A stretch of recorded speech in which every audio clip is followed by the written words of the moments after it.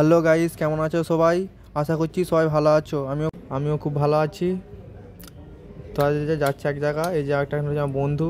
এই সিটে বসে আমাকে বসতে দেয় না। চলে এসেছি, এইটাই হচ্ছে আমার সিক্রেট। ট্যাটু করতে আসছি।